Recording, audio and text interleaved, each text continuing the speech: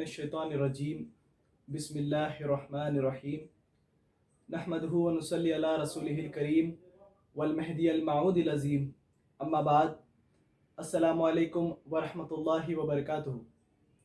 ساری تعریفیں اس خدائے بزرگوار کے لیے ہی سداوار ہے جس کے قبضے و قدرت میں تمام عالموں کا نظام ہے۔ وہی ذات ہے جو تمام عالموں کا خالق اور مالک ہے، جس کی وحدانیت کی قسمیں کھا کر میرے اور آپ کے آقا احمد مجتبیٰ محمد مصطفیٰ صلی اللہ علیہ وسلم نے قہر خداوندی سے بچنے کی راہ دکھائی ہے۔ وہی عبادت کے لائق ہے جس کا کوئی شریک نہیں۔ ہزاروں درود و سلام شہنشاہ نبوت، وجہ تخلیق کائنات، خاتم النبیین، تاجدار حرم احمد مجتبیٰ محمد مصطفیٰ صلی اللہ علیہ وسلم پر۔ ہزاروں درود و سلام خلیفۃ اللہ، مامور من اللہ، داعی اللہ، ہمسر رسول اللہ، مبین کلام اللہ، خاتم ولایت محمدیہ حضور مہدی موعود علیہ السلام پر۔ سیرت سیدنا حسن رضی اللہ تعالیٰ عنہ کی پچھلی ویڈیو میں ہم نے امام حسن رضی اللہ تعالیٰ عنہ کی خلافت راشدہ سے دستبرداری پر اپنی بات کو ختم کیا تھا۔ خلافت سے دستبردار ہونے کے بعد امام حسن رضی اللہ تعالیٰ عنہ کوفہ سے نکل کر مدینہ منورہ اپنے نانا جان کے پاس تشریف لے آئے۔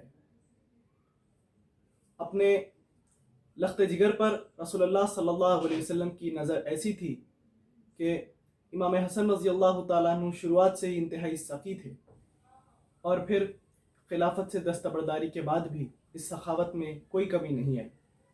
امام حسن رضی اللہ تعالیٰ عنہ ایک سال میں 1 لاکھ روپے خیرات کر دیا کرتے تھے، اور جو وظائف اور عطیات حضرت امیر معاویہ رضی اللہ تعالیٰ عنہ کی جانب سے امام حسن رضی اللہ تعالیٰ عنہ کے حضور میں پیش ہوتے تھے، اس میں سے بھی بیشتر آپ رضی اللہ تعالیٰ عنہ خیرات کر دیا کرتے تھے۔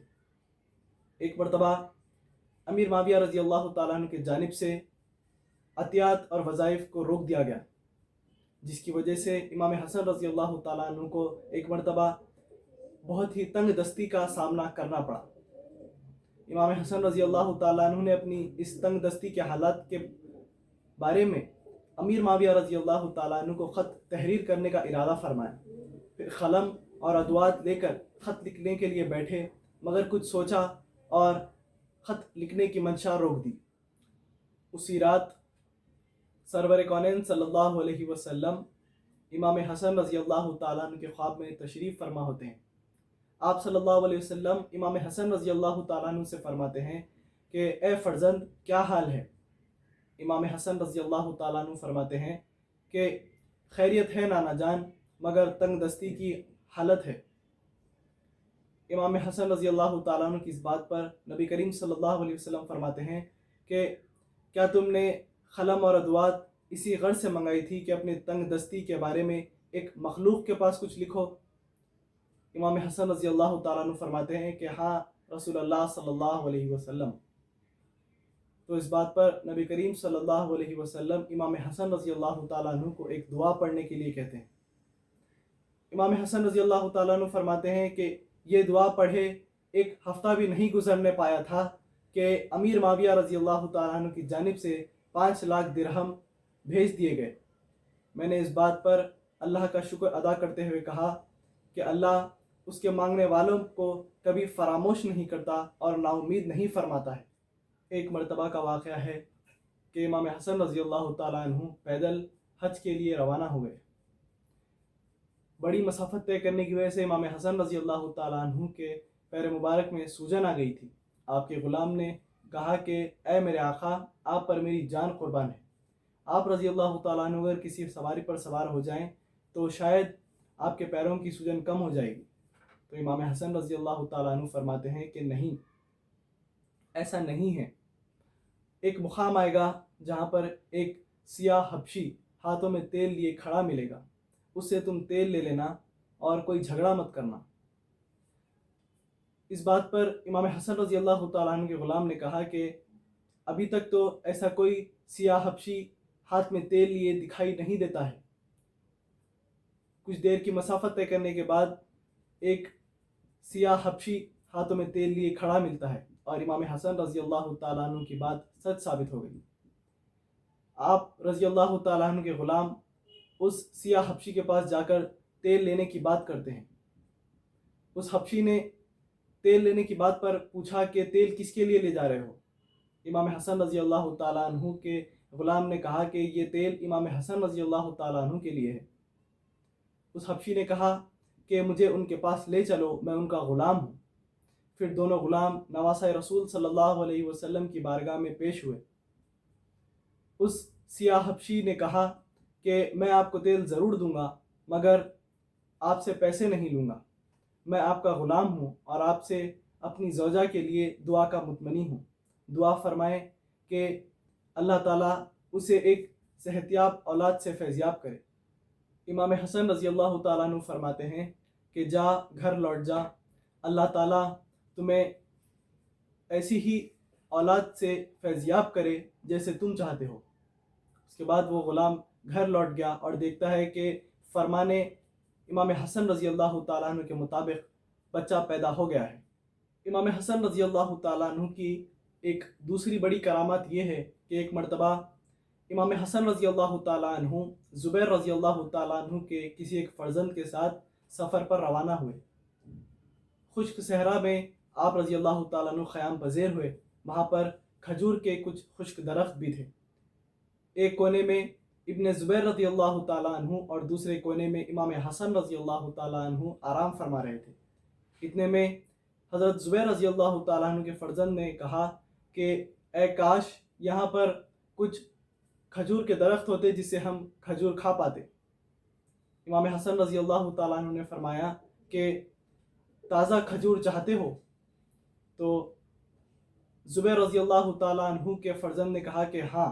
امام حسن رضی اللہ تعالیٰ عنہ نے ہاتھ اٹھا کر کچھ دعا کی اور زیر لب کچھ پڑھا جو کسی کو سنائی نہیں دیا۔ فوراً کھجور کا ایک درخت تر و تازہ ہو گیا، اس میں تازہ کھجوریں لگ گئیں۔ آپ رضی اللہ تعالیٰ عنہ کا ساتھی شطر زباں بول پڑا کہ بخدا یہ تو جادو ہے۔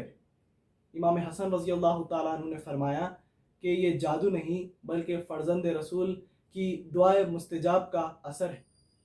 پھر آپ لوگوں نے شکم سیر ہو کر کھائی۔ امام حسن رضی اللہ تعالیٰ عنہ کے ازدواج کے متعلق مستعد روایتیں موجود ہیں جس کا ذکر یہاں پر محال ہے، مگر اتنا ضرور کہوں گا کہ امام حسن رضی اللہ تعالیٰ عنہ اپنی ازدواج سے بہت عمدہ طریقے سے پیش آیا کرتے تھے۔ آپ رضی اللہ تعالیٰ عنہ طلاق کے بعد اپنی ازدواج کو اتنا عطا کر دیتے تھے کہ وہ اپنی باقی کی زندگی بہت پرسکون گزار سکی۔ امام حسن رضی اللہ تعالیٰ عنہ کی شہادت کا واقعہ بھی بہت عجیب ہے۔ تاریخی کتابوں میں کوئی بھی مستند دلیل موجود نہیں ہے کہ آخر کس نے جگر گوشہ بطول رضی اللہ تعالیٰ عنہ کو زہر دیا۔ عمران بن عبداللہ کے حوالے سے ابن سعد بیان فرماتے ہیں کہ امام حسن رضی اللہ تعالیٰ عنہ نے خواب دیکھا کہ ان کی آنکھوں کے درمیان قل هو اللہ احد تحریر فرمایا ہوا ہے۔ جب امام حسن رضی اللہ تعالیٰ عنہ نے خواب دیکھا تو اہل بیت بہت خوش ہوئے، مگر جب یہ خواب سعید بن مسیب نے سنا تو آپ فرماتے ہیں کہ اگر یہ خواب سچا ہوا تو آپ رضی اللہ تعالیٰ عنہ کی حیات کے چند ہی روز باقی ہیں، اور ایسا ہی ہوا۔ جب امام حسن رضی اللہ تعالیٰ عنہ نے یہ خواب دیکھا اس کے چند روز بعد ہی آپ کو زہر دے کر شہید کر دیا گیا۔ پہلی مرتبہ شہد میں زہر ملا کر جب امام حسن رضی اللہ تعالیٰ عنہ کو پیش کیا گیا تھا، اس شہد کو کھانے کے بعد امام حسن رضی اللہ تعالیٰ عنہ رات بھر پیٹ کے درد سے تڑپتے رہے اور خے کرتے رہے۔ صبح صادق رسول اللہ صلی اللہ علیہ وسلم کے روزے مبارک پر حاضری دی۔ جیسے ہی جسم انور نبی کریم صلی اللہ علیہ وسلم کے روزے کی چوکھٹ سے ملا، امام حسن رضی اللہ تعالیٰ عنہ کو شفا حاصل ہو گئی۔ آپ صحت یاب ہو کر اپنے مکان کو واپس لوٹ گئے۔ دوسری مرتبہ امام حسن رضی اللہ تعالیٰ عنہ کو زہر آلود کھجور پیش کیے گئے۔ جیسے ہی 7 کھجوریں آپ رضی اللہ تعالیٰ عنہ کے حلق مبارک سے نیچے اتری، آپ کو گھبراہٹ محسوس ہونے لگی۔ آپ نے زہر آلود کھجوروں سے اپنا ہاتھ کھینچ لیا اور امام حسین رضی اللہ تعالیٰ عنہ کے گھر تشریف لے گئے۔ رات بھر